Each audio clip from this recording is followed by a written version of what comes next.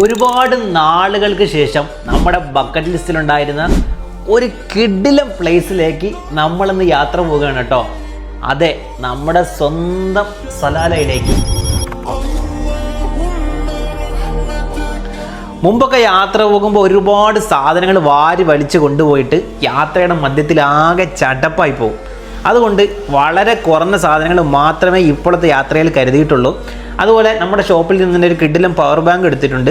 പിന്നെ നമ്മൾ daily use ചെയ്യുന്ന നമ്മുടെ സ്വന്തം ഊത് സേഫ് എടുത്തിട്ടുണ്ട്. അങ്ങനെ നമ്മൾ എല്ലാവരോടും യാത്രയൊക്കെ പറഞ്ഞു നേരെ അൽ ഐനിലേക്ക് പോവുകയാണ്. അബുദാബി ബസ് സ്റ്റാൻഡിൽ വന്നു, ടിക്കറ്റൊക്കെ എടുത്തു. ഏകദേശം ഒരു 2.5 മണിക്കൂർ കഴിഞ്ഞപ്പോൾ അൽ ഐനിലെ കുവൈത്താത്ത് ലുലുവിൻ്റെ അടുത്ത് എത്തിയിട്ടുണ്ട് കേട്ടോ. ഷാർജയിൽ നിന്ന് സലാലയിലേക്ക് പോകുന്ന ബസ് വരുന്നത് ഈ കുവൈത്താത്ത് ലുലുവിൻ്റെ അടുത്താണ്. ഇവിടെ കാണുന്ന ഈ ഒരു ഷോപ്പ് എനിക്ക് ജീവിതത്തിൽ ഒരിക്കലും മറക്കാൻ പറ്റാത്തൊരു ഷോപ്പാണ് കേട്ടോ.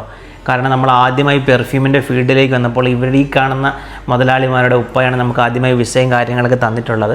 അപ്പം വളരെ പ്രിയപ്പെട്ട ഒരു ഷോപ്പാണ്. അങ്ങനെ കുറച്ച് നേരം അവരുമായി സ്പെൻഡ് ചെയ്തു. നമ്മുടെ യാത്രയിലെ മെയിൻ ടീമുകൾ കേട്ടോ ഇവരൊക്കെ.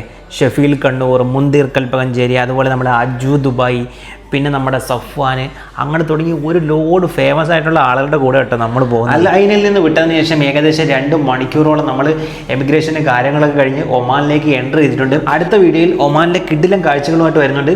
എല്ലാവരും മസ്റ്റായിട്ട് വാച്ച് ചെയ്യുക.